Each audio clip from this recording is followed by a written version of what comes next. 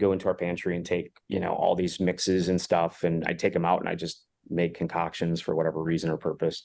I was convinced, I think in third grade, that I could build a robot. So I was in my dad's, garage taking nuts and bolts and, putting them on cardboard and thinking it was going to come to life. So there was definitely some of that for me when I was young. I think the biggest thing for me was always motivated is being told I couldn't achieve or I couldn't do something. That was always my motivation.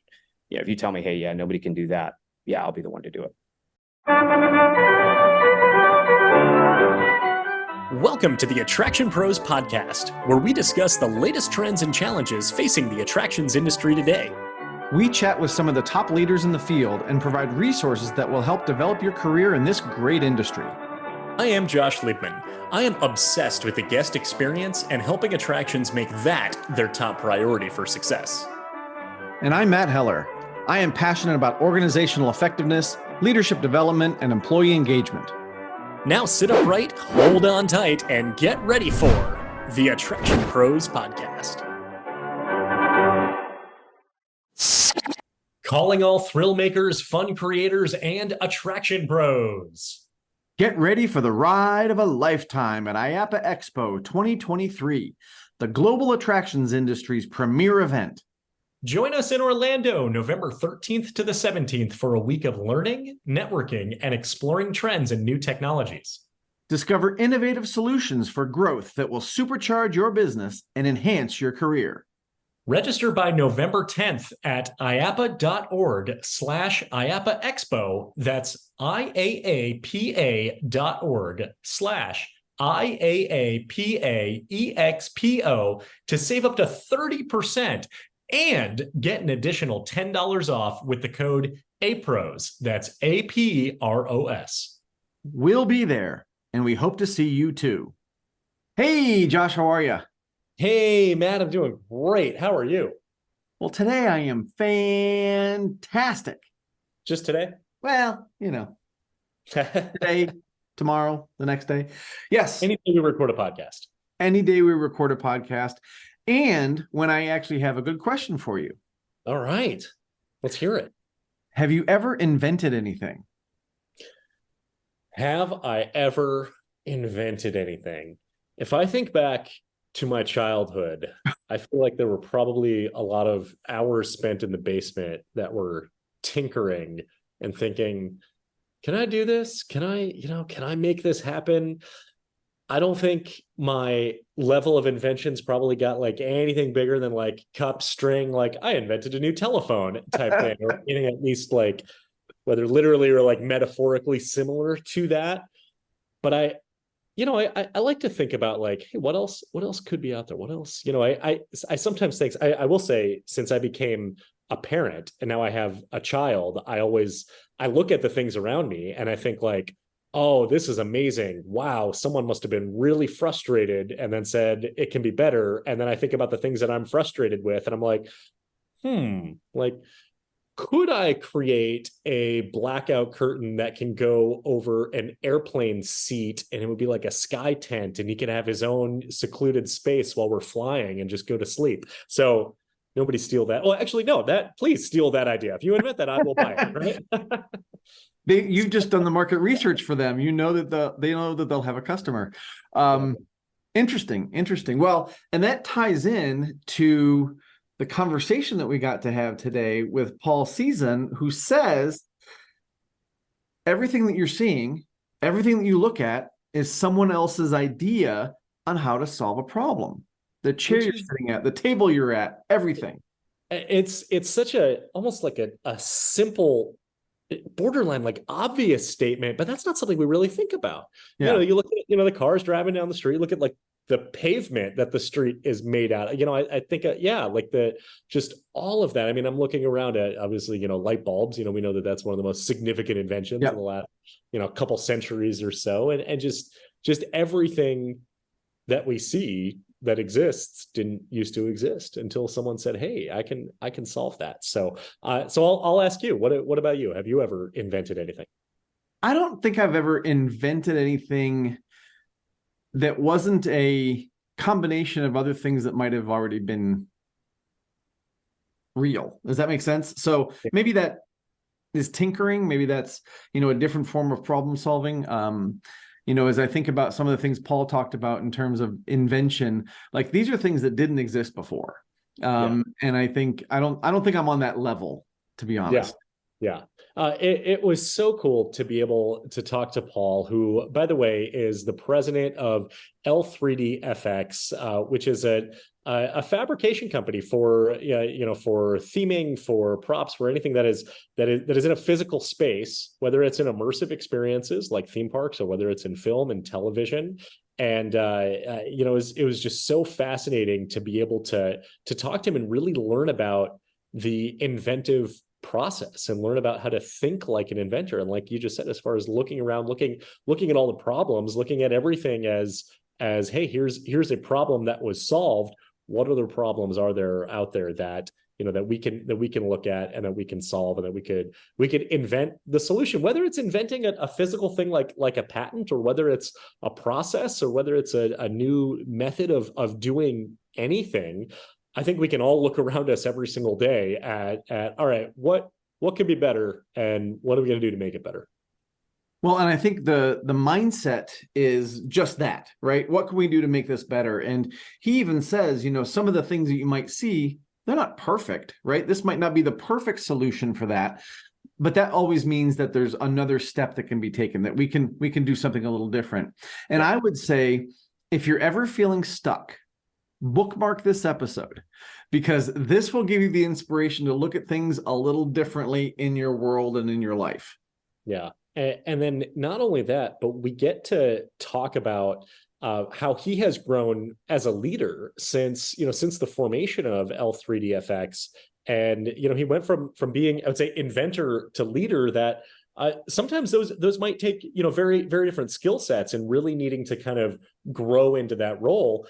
But also a lot of that similar type of thinking and that similar type of process of, okay, here's a problem, let's work on the solution, and then look at the improvement, and then continue to see that growth and continue to get that feedback and to continue to develop. So I would say, anyone listening to this, regardless of what level of leadership you're in, or where you are, or what you're doing, or what your job is, that there's you can find opportunities to grow by hearing the way that Paul phrases it. So should we go ahead and get to this incredible interview with Paul? Let's do it on this podcast here that you and I invented. Hey, Paul, welcome to the AttractionPros podcast. We are so excited to have you on today. How are you? I'm doing great. Thank you. Thank you for having me on. Absolutely. So to kick this off, can you tell us just a little bit about yourself? Tell us about your background and your career. Yeah, sure. I guess kind of going a little ways back, I'm an Air Force veteran. I actually went to the Air Force right out of high school.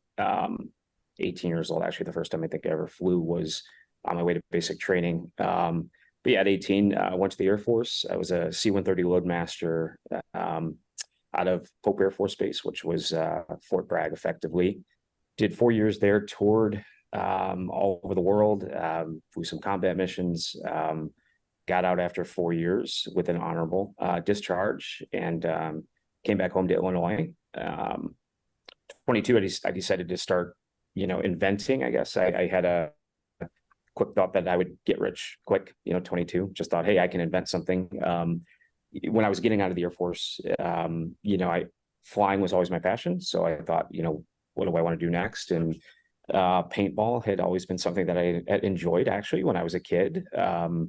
For whatever reason or purpose, I thought paintball would be, something a career field I wanted to get into. And I actually wanted to look at opening up a paintball park first. So 22 years old, got out of the Air Force, came home and thought, you know what, I'll just invent a glow-in-the-dark paintball for night play. Saw nobody was doing that, and started experimenting with all different types of chemical formulas, and learning as much as I could about the paintball industry. Took a job as a paintball referee, so I went from flying combat missions in the Air Force to getting shot by 10-year-olds at a paintball park on the weekends, but just so I could learn everything about the paintball industry. And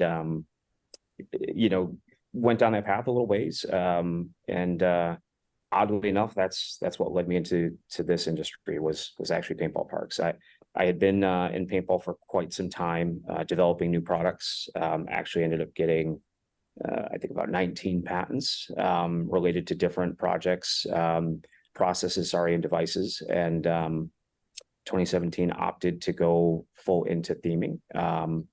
So, obviously in between there, went to college, attended Illinois State University, got my business management degree, mostly so that I could continue to kind of pursue some of the ideas that I had. College was a little rough. I was on my own, from 22 to 26, spent a lot of my time trying to promote some of the products that I had come up with in the sport of paintball. And it was going pretty well for a little while there. Wrote a business plan, raised some private equity, approximately $6 million of private equity on a business plan that I had drafted related to a patent I had created. That patent was, it was for encapsulation of a water-based fill material. So in the paintball industry, our sort of alternative energy or fuel was the development, was to replace oil-based products and animal-based gelatin that make paintballs with a water-based fill material. So if you could invent a water-based paintball, you effectively could replace petroleum-based production processes that were highly expensive. So again, 2022 went from inventing glow-in-the-dark paintball to trying to develop and advance that idea a little bit further, and thought, you know what, I'll pursue inventing a water-based paintball. So obviously a lot of engineers laughed at me, thought, yeah, no way, that's a 90-year-old technology. You're not going to replace soft gel encapsulation. Nobody can do that. We've spent decades and years trying to do it. Nobody could do that in the paintball industry. So I took that as a challenge. And at 24, and decided, no, I'm going to do it. I'll figure it out. And I did. I managed to invent a water-based and alternative encapsulation process for water-based fill materials. Applied for a patent, raised the $6 million of private equity around a business plan that I had, and started my own paintball production company called Hydrotech. And we were moving right along. I had to develop an entire production process around this. So I identified all the systems within the process. So injection molding, how to dispense my fill material, our radio frequency welding, laser cutting to create a paintball. Took some samples, went around the country to the top 20 paintball parks, had about $43 million in purchase orders for the first batch coming off. So we were set and poised to kind of launch off, and Hydrotech was big news in our industry. So did many a podcast like this, in magazines, online. We were super excited about, the product and it really revolutionizing the sport of paintball. And had a bad business partner. My patents issued, and I had a business partner that saw there was a lot of application for the technology in other fields. So aerospace, encapsulation of insecticides, herbicides, pharmaceuticals. And so my partner at the time, who I had raised the equity from, wanted to make a quick turn. He wanted to use the technology in other areas, but we had the one machine. So we had a disagreement. When you're young and you don't have any money and you have to raise it, you tend to give up control. And so I gave up control, and he ended up pushing me out and then trying to proceed without me. And unfortunately, it collapsed. It failed. So I found myself trying to reset and restart. And so I had owned a paintball park that I had opened. And so I opened up a new paintball park in Lockport, Illinois. Again, raised some equity, did a private-public partnership with the park district to develop an 80-acre lot of land that had been abandoned for a long time. And as tradition in paintball, we kind of cleaned up the land, but then we had to create all the obstacles in the bunkers, and realized all of the junk and garbage we had just cleaned off the field, I needed to then reorganize and populate the fields with, which seemed really counterproductive, right? I'm going to put all the pallets and barrels and garbage I had just taken off, and now I'm going to use it as an obstacle. So it just didn't sit well with me. And so obviously, as I've always done, I figured, I'll figure out a way to do this a little bit differently, and found a gentleman that was routing EPS foam and using it for the haunted house industry. So I thought, okay, I got kind of excited about the idea, the prospect that you could make anything out of foam, and that would be a really good way economically to populate a paintball park with themed items. And so I called him and said, hey, can I come see your facility? He was in Tennessee at the time and super great. Yep, absolutely. Come down. We'll show it to you. Gave me a tour. And at the time he was taking a 3D scanner and effectively scanning small items, taking the digital data, cleaning it up, and then routing EPS foam and hard coding it. So I thought, oh, I can do this. This is easy for me. So having never done it before, took some of the money that I had and purchased the equipment. And before you knew it, I had a small 7,000 square foot shop with 4 people at a pop-up table with CNC equipment and hard coding equipment and buying EPS and saying, okay, I'm in the theming business. And that's how Legacy 3DFX at the time started. That was 10 years ago.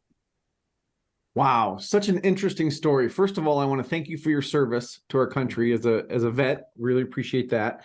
But I want to dig into the patents. I want to dig into this process that you just told us about. But I also want to go back a little bit, because I don't know that you come out of college and say, I want to be an inventor. I would think there would be something, previous in your childhood and in your development, that you were probably always tinkering with things. Is that true? Was that always something that you kind of did as a young person? Actually, when I was young, a lot of what I did was I liked writing stories. I did a lot of storytelling. But ironically enough, yeah, I loved to, I'd go into our pantry and take, all these mixes and stuff, and I'd take them out and I just make concoctions for whatever reason or purpose. I was convinced, I think in 3rd grade, that I could build a robot. So I was in my dad's, garage taking nuts and bolts and, putting them on cardboard and thinking it was going to come to life. So there was definitely some of that for me when I was young. I think the biggest thing for me was always motivated is being told I couldn't achieve or I couldn't do something. That was always my motivation. Yeah. If you tell me, hey, yeah, nobody can do that. Yeah, I'll be the one to do it. Wow. Love it. So Paul, while preparing for this interview, I looked through your list of patents and the descriptions behind it, and full disclosure, 99% of it was way over my head, way beyond what I'm able to comprehend. But it's so fascinating. I'm wondering if we could kind of unpack a little bit, maybe the process and the thinking process of what, how can we all think like an inventor with that inventive mind? Yeah, that's a deep question. At least for me, it really comes down to basic problem solving or problem recognition, and really being able to hone in and identify what that problem is that you're trying to solve. And then realize that sort of the world around you, everything you see, everything tangible is someone's solution to a problem. Everything, right? How it's put together, cars, chairs, the desk that I'm sitting at, it's someone's idea that solves some sort of need or problem. And so if you can, at least in my mind, I like to boil it down to what that problem is, and then all solutions are on the table. So finding relevance to solve that problem. So for example, with Hydrotech, going all the way back to my paintball days, the soft gelatin encapsulation process was built around the unique elastomeric properties of gelatin.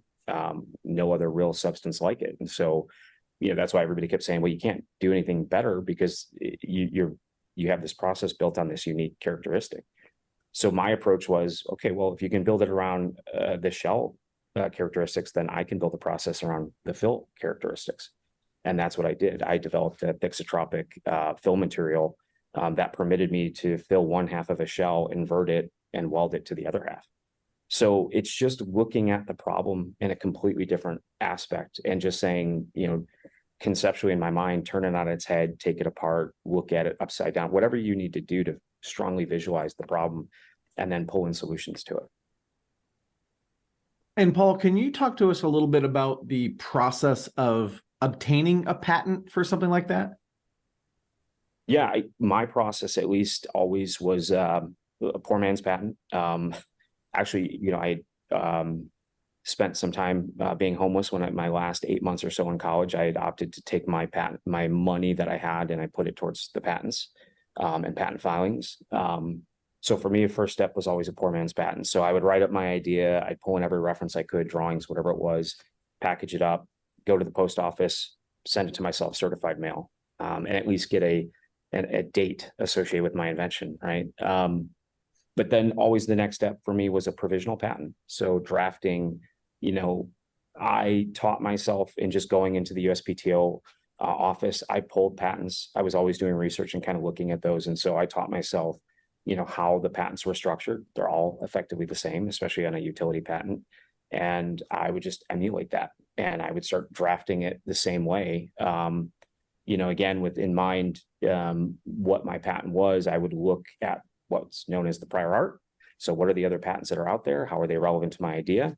And then I would draft those patents to kind of mimic the prior art patents. So, but at that point, I'd always hand it over to an attorney. So once I rough drafted my idea in kind of that basic format, had an attorney that I'd send it to. He cleaned it up, looking at the prior art, would draft claims associated with my invention, and then file with the USPTO for me. And then after that, it's, pretty procedural. It's responding to an examiner's comments, usually 2 to 3 years later, and then kind of working through that process to reapply for the patent itself. So I'd love to kind of bring this now to today and kind of tying it in with everything with L3DFX, and wonder if you could tell us just more about the company, and even starting with what does the name mean? Yeah, well, initially, so when Hydrotech kind of tanked, I decided, well, I had a paintball park in the time. It was 80 acres. It was an old paintball park that I'd reopened, but business was not great. And the intent was behind owning a paintball park was for me to sell my products and promote Hydrotech. But I thought, what, I've been doing that the last 10 years. So I opened the 80-acre paintball park in Lockport, and we called it Legacy Paintball and Airsoft Park. And so we had 80 acres, but there was a small portion in the back, about 6 acres, where we thought, we can build a haunted house there. So we created Legacy Events. And so when I decided, hey, I can do props for paintball, I named it Legacy 3DFX. So, but initially, we got away from paintball parks pretty quick. I had a friend, my wife's best friend, her husband is in the movie business, and he was at the time working on Jurassic World. And he said, hey, this new prop foam business that you have, he's like, I think this would be amazing.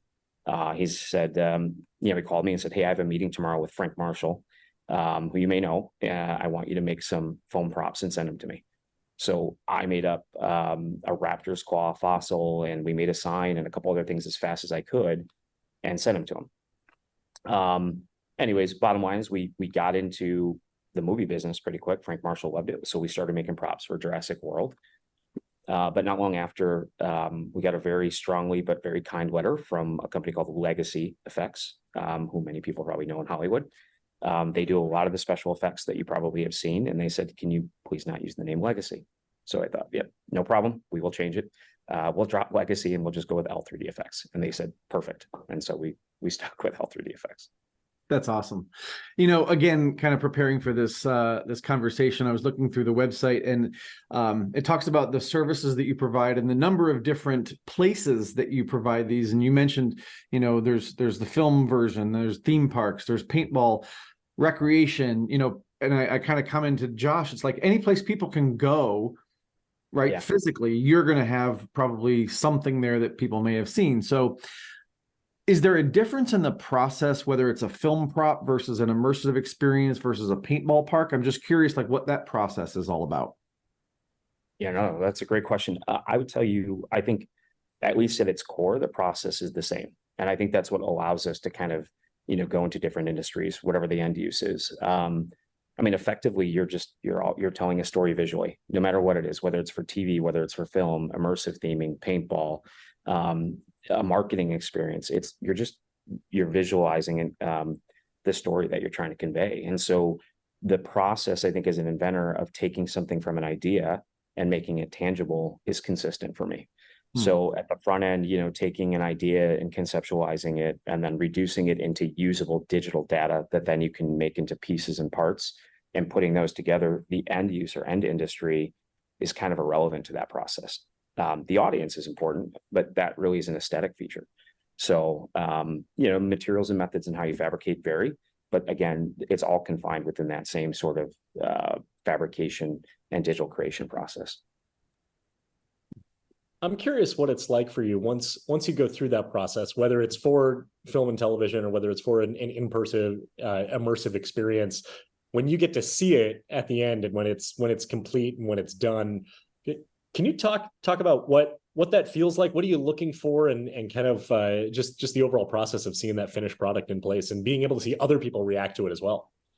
Yeah, I would say absolute pride. There's no more greater reward than being able to ideate, to just have a concept in your mind, and bring it, or someone else's idea, and bring it forward and actually seeing it in the real world. I tell everybody here, I mean, we have an amazing job. We get to create every day for a living, right? There's such a unique, powerful feeling to that when you see what you've made. It's kind of indescribable, right? It's a I would say extreme pride, for sure. And I think, the joy, I mean, a lot of what we develop, millions of people see. I mean, whether it's film or at Universal or at Disney, to me, that's the ultimate reward. And you're doing it for a really rewarding purpose as well, right? You're entertaining, you're telling a story, you're providing people that escapism, which I think is I think that's one of the most unique, I think, things that you can do is in terms of a career.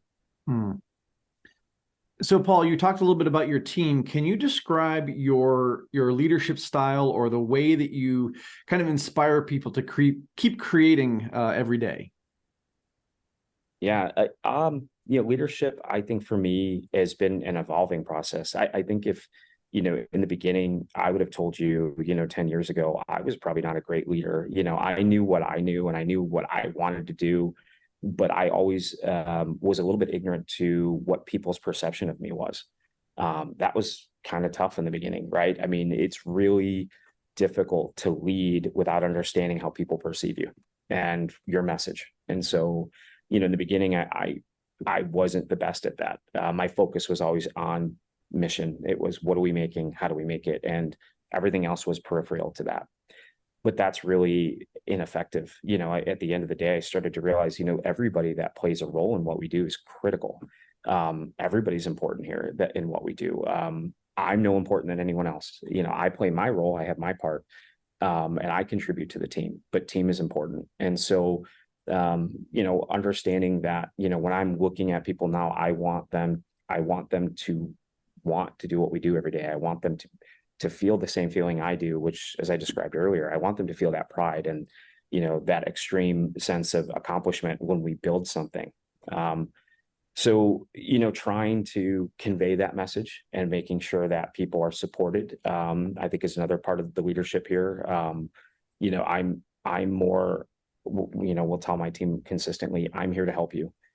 My role is effectively to equip you and with whatever resource you need to accomplish the task that I've given you. It's not to direct you, it's not to tell you what to do, but it's to put you in the position to accomplish the task that we have to, and to support you in that capacity. Thank you for telling us about kind of I would say your leadership transformation over the years. And I'm wondering, maybe you can expand on that and talk about maybe some of the ways that you personally have been able to maybe kind of find that feedback and find those opportunities for improvement and then grow for them and then continue to develop as a leader. Yeah, I mean, I think the feedback's there, every day. At times it's not what you want to hear, over the course of the years, right?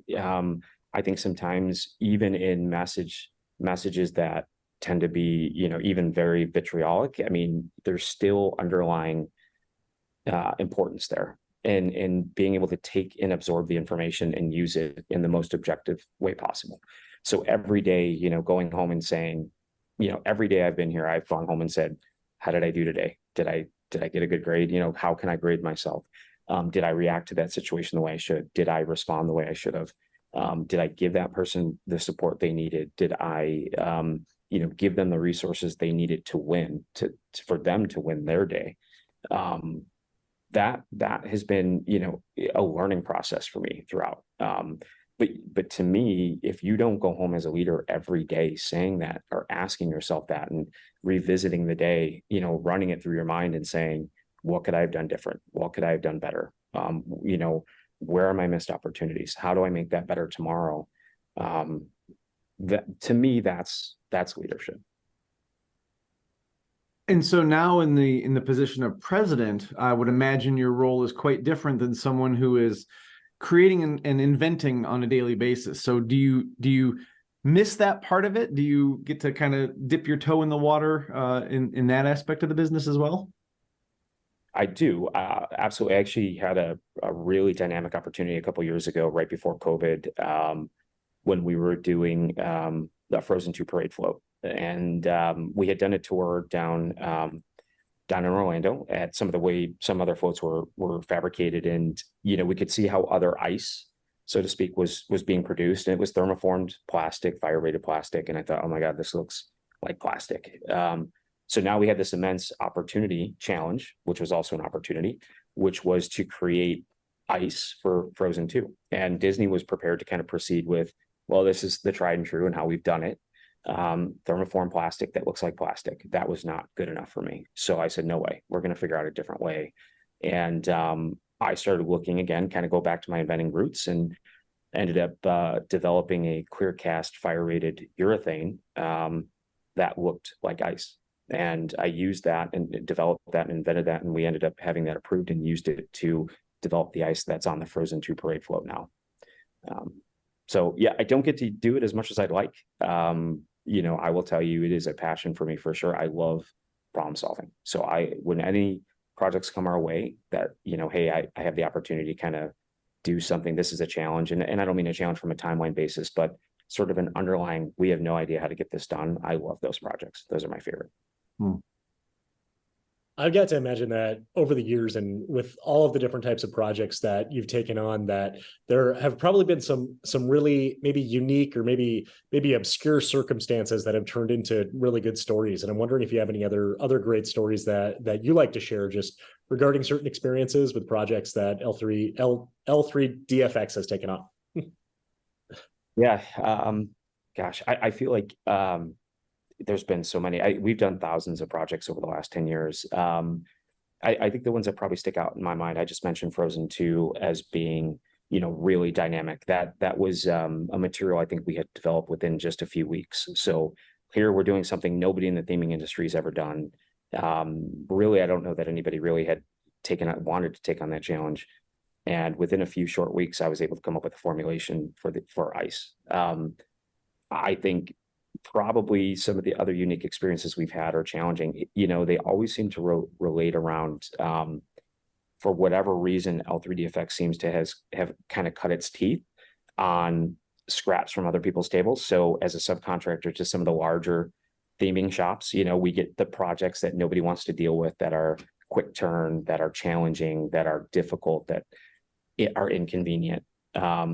We've had a lot of those. Any one specific I could probably, there's probably been, the one most recent would be Reach, which is at Chicago O'Hare's intermodal station. So that was a 60-foot art sculpture that was being wall mounted over an escalator.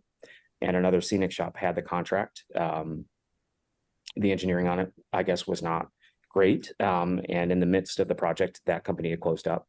They had folded, and we had an abbreviated timeline to get it done. But the significance of the piece and how we approached it, I think, again, that it was extremely rewarding, right? So the art that, where it is, where it sits, the unique engineering that had to be completed on it, even everything from how are we going to transport it, 33-foot long hand, and where we were going to mount it, and the subframe assembly and how and all that.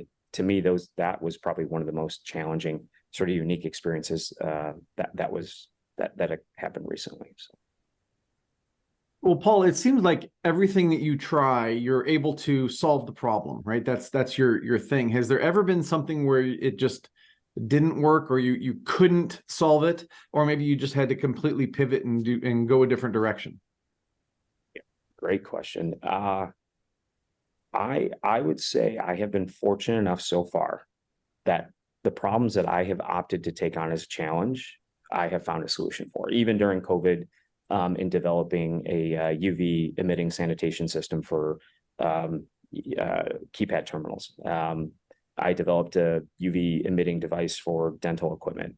Any of those issues, if I've taken it on, I've come up with a solution. Maybe I'm just being cautious in the problems that I take on, but I'm sure at some point I'm going to run into something that I can't figure out, but not yet. Not yet. Good. So when looking at your list of patents, I noticed it went paintball, paintball, paintball, paintball, paintball, UV light, sanitation. Oh, filed in 2020. Can you actually talk about maybe? I know to me it was like, oh, that makes perfect sense, but would love to actually know really the story, maybe the light bulb that went off that said, okay, this is the next patent, this is the next problem to solve right here.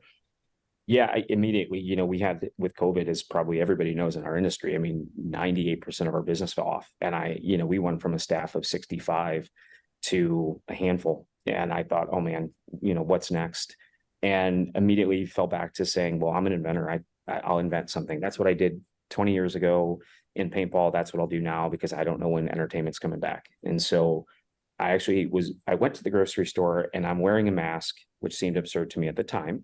And I'm standing behind a gentleman who has soiled hands and he's checking out in front of me and he's getting food. And I'm thinking, wait, I'm wearing a mask, but I'm gonna go touch that same keypad he just touched. And well, then what? Hand sanitizer maybe works. So, I identified that right away and said, no, I can solve that. That's an easy solve. And I'll figure out a way to get that done. And so right away, I pulled my team at L3DFX together and said, hey, let's come up with some concepts. This is my idea. This is my thought. And I jumped right into the research and how to solve the problem and solve the issue. So, and in between there was some stuff. Even I had been approached by Boeing's Phantom Works division with some of my IP in the past, and also developed some aerospace applications. So really for me, the problem solving process is the same, no matter whether it's paintball, whether it's sanitation, whether it's aerospace, the inventing process is the same. So this may sound like a weird question, but as someone who is always looking for or looking to solve problems, right? That's your niche, if you will. Is there ever a time when you're like, well, that's the problem I need to solve, but that's not really within my control or my grasp? Or, when you're out with your family, or, you're at another theme park, you're like, I could solve that. I could solve that. I could solve that. Is that kind of how your mind works? I think I have a list longer than my leg. Yeah, there's a list of things that I'm like, oh, I wish I had time to get to that. There's so many things, and sometimes I will just, I'll just jump into some of those sometimes. But yeah, I probably have a list now of things I would love to just have the time to pursue and develop. But as you mentioned earlier to your question of, yeah, my day-to-day duties don't necessarily permit me to do that all the time, right? So that's something I'll probably have to wait to get back to, unfortunately. I also wonder, though, is as you maybe kind of dip your toe in that, say, okay, can I solve this problem? Does it ever kind of uncover maybe a bigger problem to say, okay, this is what I initially thought, but this is actually kind of the keystone problem that really needs to be solved? Yeah, absolutely. I mean, you get sort of, spin-offs, and, it very much is like a tree root, for sure. That happens. And you can end up in peripheral ideas or, related ideas. I mentioned the UV for the hand sanitation for the keypad terminal. Well, that turned into, well, I didn't realize that, the dental industry has such an issue with sanitizing their equipment. So I developed a robot that would emit UV light energy to irradiate their devices and their seats. And then that turned into, restrooms, and then it turned into another patent that I filed for a mailbox. And so it absolutely sort of spider webs like that. Mm. Yeah. So if you were to talk to someone who is aspiring to be in the creative field, or said, I want to invent something, what's your kind of career advice for them? Yeah, I would say, boy, there's a few things I would say right away. Being resourceful, self-sufficient, those two things are really important. I think my resourcefulness probably stems from, maybe not having, the best economic status growing up. I learned at a young age to be very resourceful and, to make things work. And I think that trait's really important. But, being able to be self-sufficient, I think in college, I realized, being a little bit older, I was sitting there waiting for information to be given to me. And I realized I don't need to do that. I'm more than capable of going and learning on my own and finding whatever answers to whatever information's out there. So, that's what I mean by being self-sufficient. Don't wait to be spoon-fed. Go get the information you want. Go find it, and be driven. Be driven to do that. Be resilient in how you approach that. Work hard every day at saying, hey, you know what? I didn't get my answers today, but tomorrow I will. And just keep moving forward in that respect. From the creative side, I would say, remember, just be inspired by everything around you, anything, right? As I said earlier, everything that you see around you is someone's idea. It doesn't mean it's a perfect idea either. It's their idea to a solution, to a problem. So use their ideas, use those solutions, right, that are given to you, and find new applications for them, even if they're maybe not directly relevant to what you're trying to solve. Paul, I'm kind of curious, and this kind of ties back maybe to a little bit earlier in the interview, but before you got into the paintball business, which then spun off into film and television and themed experiences, were you a consumer of themed experiences, immersive experiences? Is this kind of who you've been, at your core, even before college, before the Air Force, before all of that, or was it really just kind of diving into it and realizing the opportunity? I wasn't. I think more for me younger was the storytelling, which is really what immersion is, right? Yeah. At the end of the day, that's what you're trying to do. You're trying to put someone in a story that you're trying to convey and tell. So for me, it was, I had never been to Universal. I had never been to Disney. I think I went to Disney when I was in 8th grade for a football trip, but it was very limited. It was a half day. That was it. I had not really had any sort of immersive experiences beyond that. But what I did know is, when I was writing stories, I wanted people to see and feel and experience everything I was trying to convey. And that's what themed entertainment is, right? I mean, at the end of the day, now I just get to do it tangibly, for people. Mm-hmm. So is that something you might tag on to your advice, is to try to write, or at least, try to work that muscle so that you're always creating, like you said, look at inspiration in everything. And maybe that's just one of those other outlets. Yeah, writing for sure is absolutely. And I can't tell you how many people I've run into that say, oh yeah, I like to write, but they, everybody is very, they're very different. Whatever your process is that of creating, mine's writing maybe, I would say, yeah, work that muscle every day, right? Even just find sources to be inspired by, so a lot of, even if it's, I don't know, some people like to just go through Pinterest, look at the language that's out there, look at the color, geometry, texture, all those things. Those all become a reference bank for you and creating. So expose yourself to as much of that as possible, for sure. What are some of your favorite stories that, now kind of, as a consumer, whether they are, in immersive experiences, whether they are, film and television, what do you see perhaps as being some of your biggest inspiration? Ooh, I would say, well, I love Ready Player One. I love that. I love the idea of, that really sort of epitomizes that, drop in that sort of transfer into a completely different space and time. I think that really sums up, even though maybe that doesn't exist, right? We're trying to provide that to people really, with themed entertainment and in the best way that we can. But that for sure is probably one of my favorite, sort of most inspirational, that conveys that idea of storytelling in a completely different world. Mm. So, Paul, if you weren't in the world of storytelling and immersive experiences and creating these props for movies and TV, what do you think you'd be doing? I probably would be inventing. Honestly, that's probably what I'd be doing every day. It's just saying, you know what, let me go find the next problem to solve. Let me, I love I love the freedom that brings. I'm not bound to anything. I'm that sort of, ability to just identify a problem and set it as your goal and just chase it and just go after it and pursue it. That sort of freedom to look at the world differently than everybody else and, work towards that every day is probably be my passion. That's probably what I'd be doing. So, Okay.